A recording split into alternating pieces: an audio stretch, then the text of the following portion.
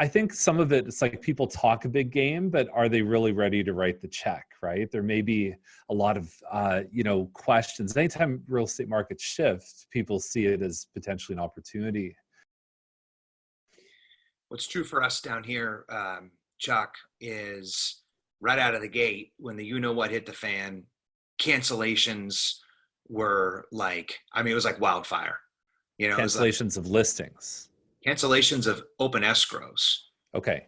So there's the immediate hit of like, we were going to do it, something changed, we're not doing that anymore. Right. Then there was the cancellations, to kind of use it a little bit out of turn, of folks that were like 10 out of 10 with the gas pedal, that were like, whoa, whoa, whoa, whoa. They weren't in escrow yet. They were active, but they were kind of back off a little bit, right? And I'm speaking chiefly right now to what I believe is the oxygen of this entire conversation of real estate, which is the buyer demand, right? So buyer demand, right? Seller would still love to get rid of that property they were in escrow with. They don't want the fallout, right? So then the second category was like people kind of backing off a little bit.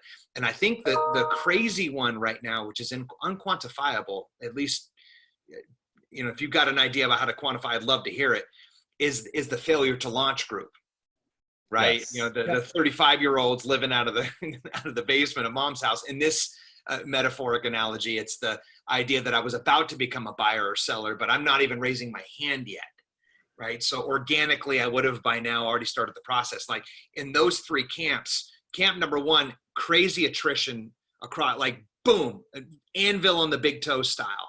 Yeah. And everybody, right, reflectively. But the interesting thing, though, is that middle group came back with a vengeance. Like the buyer demand right now is hot. Now it's weird because it's obviously not 100% capacity, because there's a whole group, like, what are we at, like 30% unemployment right now or something, right? So those cats ain't buying homes, right? Then there's another group that lost 30% in the stock market. Maybe they lost their down payment. They're not buying a home, right? And then there's just the economic uncertainty group. Maybe they might get furloughed here soon enough, right? They're not comfortable buying a home. So there's a huge categorical percentage representation of the whole that shouldn't be buying a home. But you wouldn't know it right now. When you wake up in the morning, you got 4 or 5 cats that want to get out and see properties. Yeah. The gumption in that group, it's not just like, I'm going to dip a toe. It's like, dude, let's go, right? Are you kind of seeing that same thing? Like almost like a big rebound already, even though there's so much uncertainty still around us? Not as much. I would say in our area, what we're seeing is, and this is, I predicted there'd be 25% of people, like way back in early March. I said, look, 25% of buyers are going to sit on the sidelines, 25% of sellers. We've seen about 60% of both, but it's happened in an even ratio. So if you look at, because that's what markets are, it's a ratio between supply and demand. And so the way we measure that is the number of new listings coming in the market, and then the number of sales, which is how many are exiting successfully. So we're actually the same ratio, but we're 60% lower than we should be this time of year based on, I mean, like I said, we're getting a couple of buyers here and there that say, oh, you just listed that home for 1.2 million. I'll give you 900. It's like, well, right. No, go buy a 900 home because you're not going to get this one for that price. But no, it's been, I would say, like most of our listings now, what used to be, the way I'm describing is like, if you get 2 showings a week now, that's almost like 8 to 10 showings of the old way, right? Because the tire kickers are gone. I know what we're doing now, and what a lot of brokerages are doing, is when I go to book a showing on a property, I've only done maybe 4 or 5 showings in the last month, but they send you a questionnaire, you've got to fill it out. Like you really have to jump through hoops to get into this house, right. Liability waivers and those kind of things. And so it's kicked all of the, I think some of it's like people talk a big game, but are they really ready to write the check, right? There may be a lot of, questions. Anytime real estate markets shift, people see it as potentially an opportunity. But the numbers that we've seen, especially in the last 2 weeks, is that buyer activity is down about 60%, listing activity is down about 60%, and then showings are down about 70%. So it tracks a little bit different. Yeah. Big numbers, man. You just reminded me, actually, I pulled this up right before hitting the records. Can you see that? I can. Yeah. So, I mean, check this out, dude. This is well, and so just a backdrop here. So here's our local board here. You know, they kick out the stats every month. So here's March, right? And they do a little primer here talking about the COVIDs. But check this out, just as a snapshot. You know, down 32.5% inventory. Okay, inventory. Yeah. Yeah, homes for sale. Up 7% median. And then, closings down a little bit. Now, you look at that. Now, I'll even put it as a question, right? Back to the foot of the monk here. Like, if you just rubbed your eyes 5 times, you clicked your toes, you forgot everything was going on inside your own little vacuum, what would you think if you saw that? It's a little puzzling and fascinating. I mean, the truth is that, I mean, even the month of March so this is March. So, I mean, for us, March 1st to 15th, it was gangbusters. Like, it was going crazy. And then, the 15th to 30th, whole other game. It's like when the tide goes out, you get to see who's wearing pants. I could see the first and third one, but the middle one is very interesting. The median sales price, which obviously is different than an average sales price. I would have to know more about the makeup of your market, how many luxury homes are selling versus starter homes. Right. I know when we've looked at the showing activity in the last couple of weeks, it's definitely skewed towards like, I broke it down into 3 pieces. Like, the market has like a lower third, a middle third, and a top third. Top third is quiet. Like, there's almost no showings, but definitely in the first and second thirds, there's a lot of activity. Like, that's where the bulk of the action is starter stuff, right? First time buyers, the things that were really moving before are still moving. Yeah. So even on this too, actually, here, that you just reminded me of something here. I hate it when you get showstoppers trying to figure out what the hell. Is that it right there? Attached? Damn it. Average sales price? Yeah, the attached went gnarls. Okay. Which, is that it right there? Percentage for original list price, days on market. I hate this. I'm going to get lost right now. I'm screwing it up. Anyway, Trust me when I say that the attached was, whatever. It was in there somewhere. It was one of the ones that went like this, doing at the end of it.